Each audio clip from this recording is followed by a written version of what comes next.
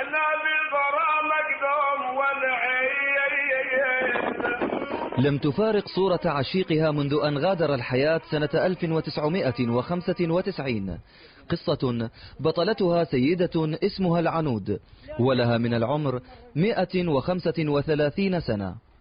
السيدة البدوية حدثتنا عن ثنائية غرام مع زوجها مجبل صاحب المهرة البيضاء والمشهور بشجاعته في الوسط البدوي، ولها في هذا المنزل ذكريات الأشعار وليالي الغزل، فأزاحت ركام الزمن عن ذاكرتها وعاد بها طائر الخيال إلى أكثر من 100 سنة. ولسه بعد تحبيه؟ أحبه العدو بيحبها. وما جيت فارقين صورته؟ لا ما فارجة. أشوفها صورته يمك يعني. لما توسد وساد أحطه. بعد شيء حطين صورته يمك وتنام؟ يمي وانام. يلا تاخذ عيني نوم. كل شيء ما حد أسولف، ولا وقعدت بلعب ولا مشيت بلعب. هان غديت أروح للأعراس هذيك أمهات صالانات. تراقب السيدة العنود نشرات أخبار العراق والعالم كل يوم، ولها رأي في السياسة والأخبار، فلا يزال صندوق ذاكرتها مليء بما عاشته من حقب سياسية منذ الاحتلال العثماني للعراق وحتى الآن، ولها رأي بالأحداث المعاصرة. وهاي الحرب ويا داعش شو تتوقعيها حجية؟ داعش هو مغسول، وداعش مغسول، ويانا داعش من بعيد مننا وبنا، ما يانا من بعيد.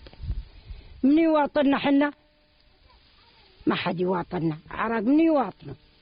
يجون ينبحون محشوم انت مثل الكلاب ويعايزون ويمشون. ليش تتوقعين ذولا شردون من عندنا؟ يردون نفطاتنا، شيردون يوم شالوهن بالسيارات.